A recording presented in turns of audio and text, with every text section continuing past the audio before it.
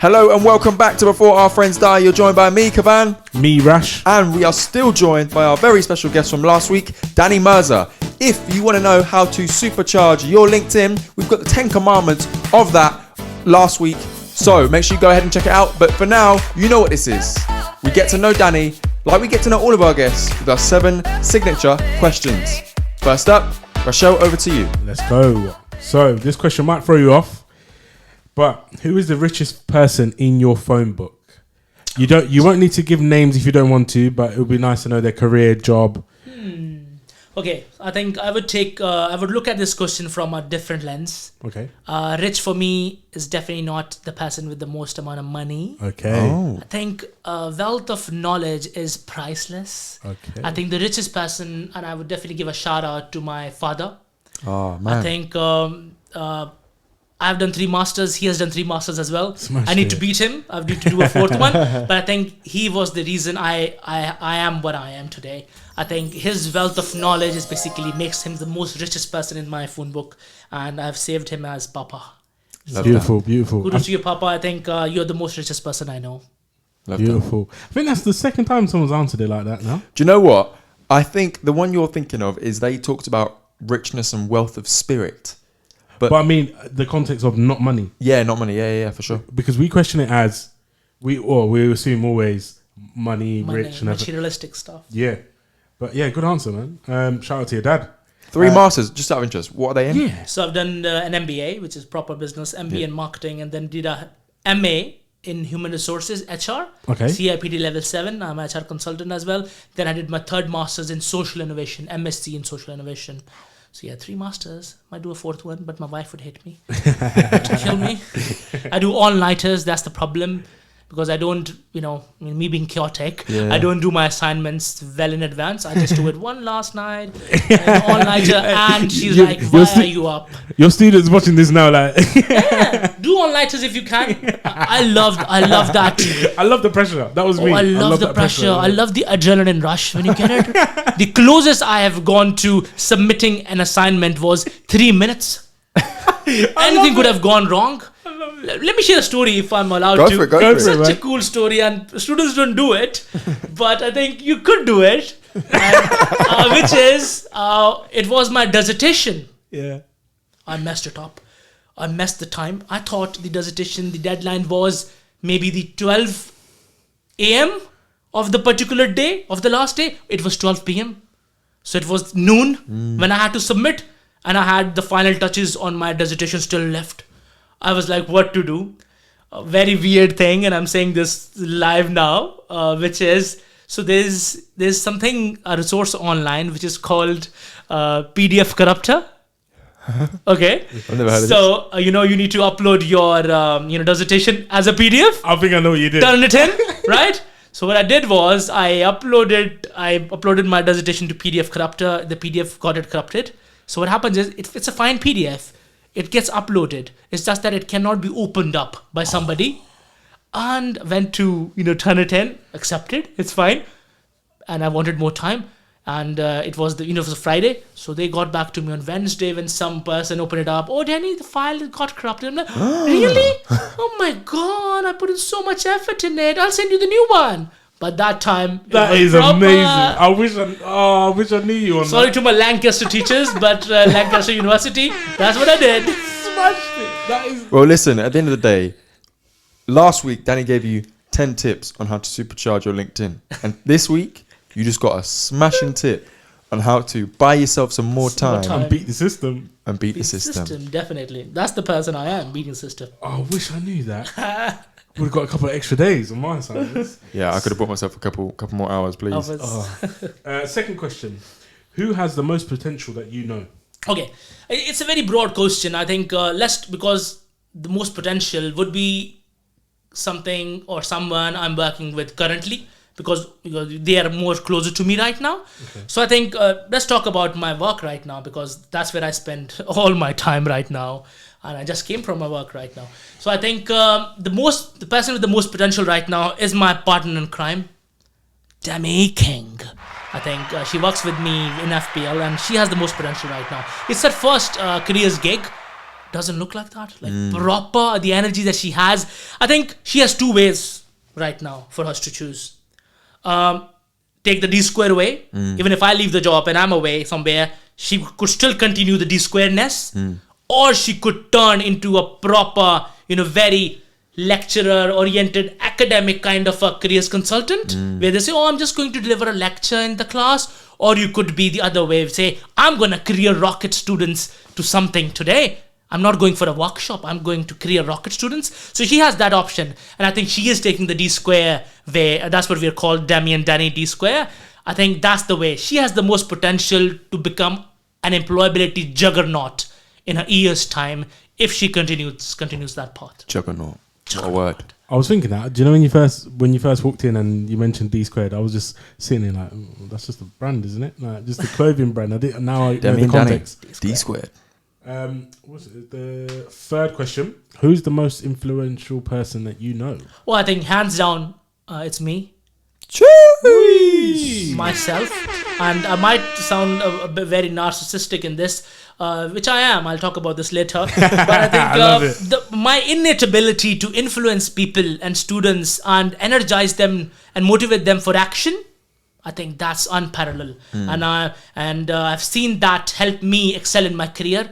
Everything that I do, it's fueled by that spontaneity of mine. Energy, simple as that. Energy for me is influence. I can feel the energy. See, you could feel it in this room, and that's me everywhere. So my way of influencing anyone is energy. They could try to ignore it, but they'll be worse off. Like it'll be bad for them. That's what I always say. If somebody does not want my energy, it's like they are basically saying that I don't want to improve myself. That's my way of looking at things. Like my energy is always for the better. And that's what I believe. So whoever is ignoring your energy, basically, who does not want to be influenced by you, wants to stay where they are. Because energy means change. And change is the only constant. We live in a VUCA environment. Volatile, uncertain, complex, and ambiguous. The only way you can circumnavigate that and win through it is basically energy and spontaneity. And that's what I believe. And the reason I said I'm the most influential person, me being narcissist, and yes, I am. So there's a term called productive narcissist. I'm that. And you'll be surprised to know this is a book, Productive Narcissist. Search it on Google, and you'll be surprised to know that some great leaders in the world had narcissistic traits. I think that's, yeah. Martin Luther King Jr., narcissist. Mahatma Gandhi, for God's sake, literally, look at Mahatma Gandhi, right? A narcissist. Barack Obama. All these people, Nelson Mandela. That book really opened up my mind. I'm like, oh, that's me. I've got a label for my narcissism. Productive narcissism. It helps you excel in your life. It's very tough to manage. It's a tough thing to manage, but I think it energizes you to do amazing stuff. Look at all these people, the names I've taken, the stuff they have done. I think productive narcissism, go search it online. This is the future. So where do you get your energy from? I think my energy from is, I would say my mother. My mother is one of the biggest reasons I see this in. I'm a proud son of a small-scale garment maker. And she has always been like this. The energy comes from that end of my family, my mother. And basically, she always said that you could beat the world with energy. Energy has the power. Energy, if you look at energy, speed of light, all of those things. What is that? Energy, right? So everything is filled with energy. You could destroy everything with energy. Hence, that concept of energy can make you do anything in this world. You could win over people with energy and vibes. You could with energy, you win sprints. Usain Bolt and everyone, there you go. That's energy. You could hit a 6 in cricket, energy. You could bowl the fastest ball with energy. There you go. See, energy is everything. You could beat things with energy. That's what she has told me. And this is how she was in her life, being very energetic in whatever she was doing. So maybe that's where it comes from. And moreover, if you look at now where my energy comes from, it stems from students. So where does this man with all this energy, or how does this man unwind, decompress? Slow down. I think for me it'll be my kids. Because I have a way to do this. So I recently moved away from London. Okay. A lot of people think that I have a very London personality, all the energy and all. But that's my way of doing things. So at my work, I'm this full-on woo like that. At home, I'm a very different person. That's where I decompress. Right. And I think I would give a life advice here, a partner advice. Whenever you have a partner or you marry somebody or whatever, try to have a very different personality to yours. So my wife, kudos to her. Her name is Mushi. So yeah, Mushi, if you're listening, she is a very different personality to me. So she calms me. So I'm like, whoa, all the extravagance, and goes to home. Oh, there you go. She's very different. She doesn't get impressed by all of this. See, that's where I decompress. So I think partners, friends of those natures, they can help you decompress. And now my kids, obviously, they decompress everything. And but I think that's the way. That's the way to do it. Wicked. Beautiful. I would love to know this question or the answer to this one. You are at your best when you are. I think there are two answers to this. One which is very diplomatic and which suits my career, which is I'm best when I'm around students, all the buzz and all the energy, and I'm loving this and the vibes they give me, which is fine. But I think the other answer, the real answer is I am best. The best version of Danny comes up when I'm allowed to bypass the system for the greater good. When I'm allowed to make do. When I'm allowed to do things on my own terms. Okay. Autonomy. That's when I'm the best. You give me a free rein and I'll make things happen. I'll make wonders happen. Literally. So that's when I'm the best. When I could circumnavigate the barriers, if you allow me to do that, give me that, space, I'll show you stuff. And that is a fine example of how I work. Go to my LinkedIn, see the stuff that I do.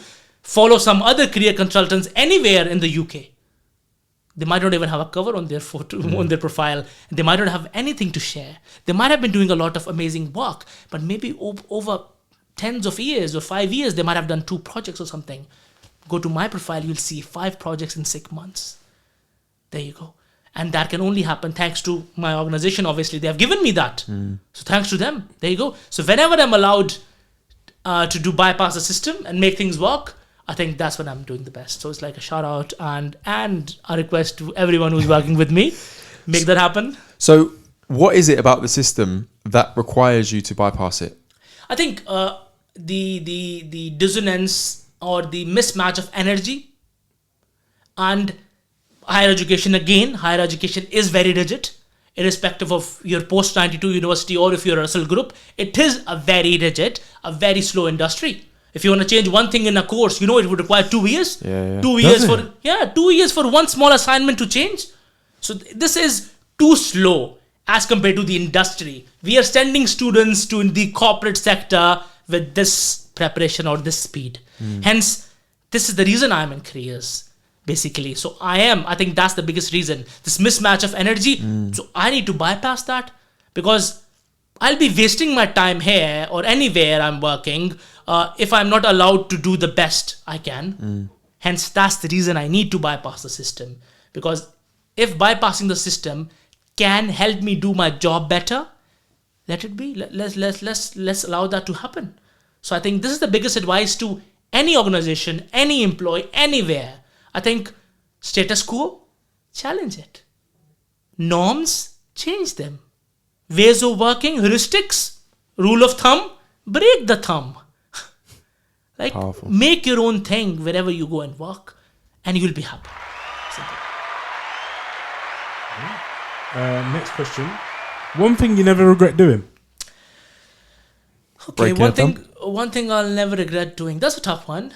I don't regret anything, but whatever I do, I think not regretting anything.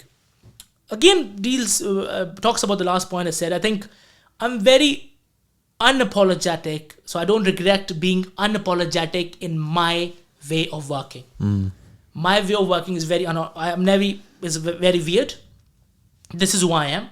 So I would never regret working in the way I work. And which is, I do not believe in equality at all. I believe in equity. Equity is key. The demise and the downfall of every organization is when they try to achieve equality. People with no vision or lack of vision, they're trying to implement equality everywhere. It's easier to do. Give everyone the same thing. Yeah. Standardized processes. You see that everywhere. Standard, let's make a standard. Let's make, a benchmark. I'm like, what the hell? Benchmarking? Rise above that. Every day, beat your own benchmark. Make your own standard. So I think my way of working, I'm very unapologetic. So I don't regret my chaotic way of working. It works for me. So I would never regret working in the way I work. Never ever. Never be unapologetic. I might not be a great team player, and I say that openly. But not everyone does not need to be a great team player for you to make a difference in your organization. That's the biggest advice I'm giving you. A lot of people say, I need to learn how to be a great team player. It's fine if you're not. If you're adding value to the clientele and the job you're doing, that's what matters. What's the point of being a great team player and being bad at your job? What's the point? I always say this. It's more of a religious thing as well. You came alone in this world, you'll go alone. Right? Live your life on your own terms. Stop people pleasing. And I think if you're successful, everyone would want to join that bandwagon. Lead by example. Get this term, lead by example. Lead by example can never happen when you try to fit in. Will never ever happen. That's equality. When you try to fit in, that's equality, right? Equity is when somebody lets you lead by example. Lets you stand out. And like I always say this, wherever I work, I'm a manager's dream. Why is that? Because I lead by example. Who wouldn't want me in their teams? Because I make them look good, right? And everyone wants that. They might not say that openly or explicitly, would say, oh, no, Danny, maybe, develop some teamwork and develop something and all, and, develop the art of delegation and all. I'm like, what is delegation? There's a term called effective delegation. It is leading by example. What's the point of delegating for the sake of delegating? And just saying, just do this thing. Isn't it better to show them how you do things, and maybe then they'll show you how they do things and find the best way to do this? The biggest problem I see in today's world is people delegate for the sake of delegation. And that ends up, and the problem is you end up with a low quality output. Because you're delegating for the sake of delegating. Specialization is gone. Equity is specialization. If somebody is good at something, use that. And I always say this, if you have a strength and a weakness, don't spend your time trying to improve your weakness. Make your strength into a super strength. It would be easier to take something from 80 to 110% rather than to take something from 20 to 40. That jump of your weakness, improving your weakness, is much more tough, time consuming, and would be of no use. That weakness will still be your weakness. Yeah, it's less of a weakness now, but it still is. Yeah. Isn't it better to use your strength and make it into a super strength? So I think I'm very unapologetic in all the things that I've said. So I never regret these things. I've never had someone tell me to do that, but it makes a lot of sense, to be honest. Thank you. And the team player thing, that's beautiful, to be honest, because normally everybody goes, yeah, team player, you have to. But what you said there makes complete sense, to be honest. And you're probably the first person to ever say it, to me anyway. There you go. I think, or to us. Yeah. And I think one needs to be honest. Go ask students or ask yourself, did you enjoy working in group projects? Not really, no. See, everyone says that. And this is the reason. Because we are trying to fit in. The best kind of group projects are where you select a leader, you believe in the vision, and usually this is how it should work. Once one person should stand up and say, I'll lead this project, this is my vision, and have consensus. Obviously, it's we live in democracy. Ask them, this is my vision, do you guys agree with this? Or how we can improve this? And let that person take lead, and then that person would know the specialization of every single person in the group, and that's equity. So if somebody is good at something, make them do it more, rather than trying them to, learn something else. Or maybe you need to improve that. What's the point? I think there's something to be said as well, where if you become the top 10% in the world at anything, the amount of money you can charge is insane. because you're the top 10%. You are. If you're the top 50%, top 60%, yeah, you can command a decent wage, but nowhere near the same that a top 10%. And I often personally go back and forth between, do I try and fill my gaps or do I try and completely lean into my strengths? I feel at my best when I'm leaning into my strengths. And then I question myself, well, should I try and be an all-rounder?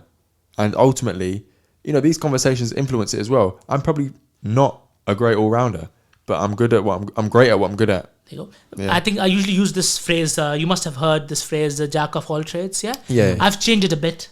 Okay. Yeah. Me being in business, studying MBA. So MBAs are like that. So jack of all trades, master of some, not none. Yeah. See, look at the world differently. It's fine to know a lot of these skills and be jack of all trades, but be master of some, then none. It's good to have that all-roundedness, but then again, don't make that your profession. Use the skills that you gain from the all-roundedness to help you do your strength better. Help you do your job, which is the main focus, make it do better. So basically, go through those lines, along those lines. Yeah. Next question. Where do you see yourself in 5 years?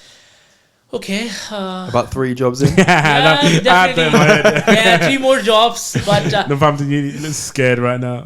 yeah, I think 5 years' time, a materialistic answer, an honest answer would be I'll be maybe a director of some career service somewhere in the UK in 5 years' time. Yeah. A lot of people would say it is very ambitious, but yeah, I will make it happen somehow. And but that's a materialistic answer. But let's give a more visionary answer, Yeah. which is something which fuels me. I think being in higher education, I see how it is.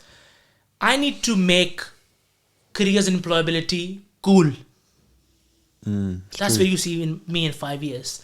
So every student that participates in some careers and employability stuff, they should feel cool. They'd be like, wow, this is something cool to be associated with. So my vision in 5 years' time, I'll be somewhere branding careers and employability and making it look larger than life. So you see me in 5 years making a larger than life image of careers. That is the biggest problem I see. I go to classrooms, I give them a vision of the future. I'm like, inspire them. What is careers consultancy? Yeah. CVs, cover letters, you find that online. How to make a CV? ChatGPT can do that better than me. Careers consultancy is all about motivating and inspiring them. And that's what is lacking. That's where you see me in 5 years. Coming up with this movement of making careers and employability cool and larger than life, where you walk the talk first. When you go into a classroom, you're not another academic or teacher coming there to show them some slides. You are there to inspire them to do some action, make things happen. They should look up to you. You know, idol? Careers people should be like that. When you go to a classroom, you should have some stories of your life to share. I go to classrooms, I tell them all the part-time jobs that I've done. My journey from, I'm from a different country. I was a regional manager back in my country. My first job here in the UK, from that I had a PA back in my country. A PA, and I was managing 3 cities worth of business. Cool. I came here, my first job as pot washer for a buffet. There you go. But how I went, and this is 3.5 years ago. Wow. 3.5 years ago from that to this job right now and sitting in this podcast. There you go. Things can happen. Very, very quickly you can do all of those things. So everyone has something inspirational to share. I look at all of the other career consultants in all these organizations that I've worked with. Everyone has something special to share. The problem is everyone is so closed. They think their credibility comes from education. It doesn't. They think their credibility is how professional they sound. No, it's not. Gen Zs in today's world, they connect to you more if you tell them a story. You give them narrative of your own life. You inspire them with what you have done. I think that's where you see me in 5 years. Like where I start a movement where career consultants are not bookish people, not theoretical people, but people who inspire students to do something about their lives. That's where you see me in 5 years. I was going to say, I never had one when I was at uni. I didn't even hear about it. I don't know if there was anything then. There was, and you're eligible for lifelong support. But it depends, because as a student, that's the last thing on your mind. I was going to say, employability is unfortunately viewed by many, but not all, as a add-on, as a bolt-on right at the end. I'm finished my degree now. Let me get a job. Who do I go to? These people. They can sort out my CV. They can... No. It's a journey of vision. Vision's incredibly important. I'm only realising that now, by the way. I didn't know that when I was 21. It was it's a journey. It's a vision. You need to have direction and guidance. And this is where people like Danny can really come in and inspire people early to say, look, the time is now to get started. And your future self will thank you when you do get started. There you go. And I always say this thing around careers and employability. I think you need to learn to sell your education. Yeah. Simple as that. Every single person is a graduate in today's market. Yeah. If you do not learn how to sell your education, it's of no use. I always give example of myself. 3 masters, pieces of paper. The value is never the transcript or the degree you get. The value is the way I talk about my education. That's the value of education. The education is never the piece of paper that you get at the end. It's all about how you talk about it. So I think that's the plan. That's where you see me in 5 years. Changing this whole scenario of careers and employability. When do you get in contact with your students? Is it first year, second, third year? I think all different years. Even pre-start as well. Look at the open days and stuff. We are still there. Yeah. I think there's so much improvement that can be done with open days and how we could inspire them and not come across as just another support service. Yeah. And that's where the larger than life image comes in. Some of the new stuff that I'm about to start is basically use flash mobs. Nobody's done that yet. So careers flash mobs, and I have a good plan for it, which is something you could definitely do. Tell the lecturer before that you're coming on the class, but the lecturer would act that they were not expecting you. Just go into a class and just say, I'm just taking over the class. Whatever this guy is telling you, it's important, but not important than career and employability. Imagine the class. What would they feel? You get them hooked on. He'll be like, wow, what's happening? He's taking over the class. But the lecturer would know this, but they would act, they will play along. Like, you just sit down, propers, please, this is important, but not as important. There you go, imagine. Career flash mobs. These little gimmick stuff, we need to do that ASAP.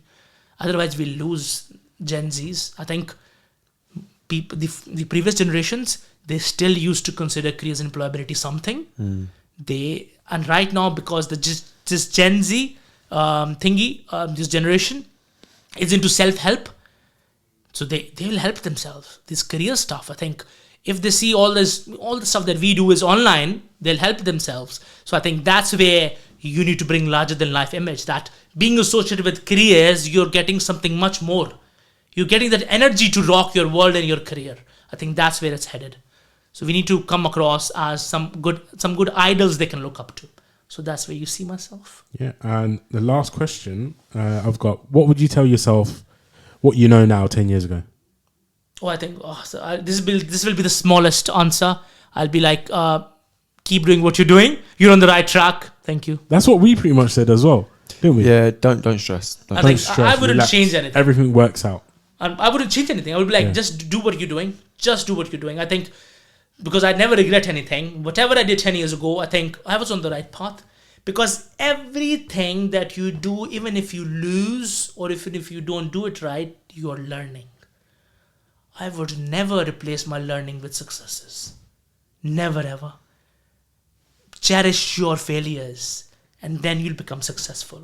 Only then you will know how to become the best version, all that TikTok stuff. Cherish your failures. Yeah. Enjoy them. And all the LinkedIn stuff. yeah, literally. Yeah. Hashtag development. Development, literally. So that's my advice. No advice to Danny 10 years ago. No advice at all. Carry on. Beautiful. And there we have it. Listen, I'm sitting here right now trying to reflect in my own mind. And what I got out of that was Danny is a guy who circumvents the rules for the greater good. He's driven. I'll say it. He's driven as fuck. So make sure you leave this driven as well. If you are feeling like you want to supercharge your LinkedIn, don't forget to check out last week's episode where we had Danny in that same seat giving us basically a master's worth of knowledge on how to supercharge your LinkedIn. This has been Before Our Friends Die on the akhi&saltfish Digital Network. You're joined by me, Kavan. Me, Rash. And our very special guest, Danny Mirza. Thank you, Danny, man. All his links are below. Thank you so much for joining us. One thing I want to say is if you enjoyed this, please don't forget to go in the archive. Check out our other episodes too. We also feature shows like Sofa Senseis if you're into combat sports, and Cool, Fine, Dumb, Wicked if you love music. Finally, the last thing to say is please share this episode, share our other episodes, and don't forget to like, comment, subscribe, and leave us a 5-star rating and review, because you know those things, algorithms, it really helps us out with those. There we have it. Take care and good night. Thank you. Perfect. Beautiful. Thank you.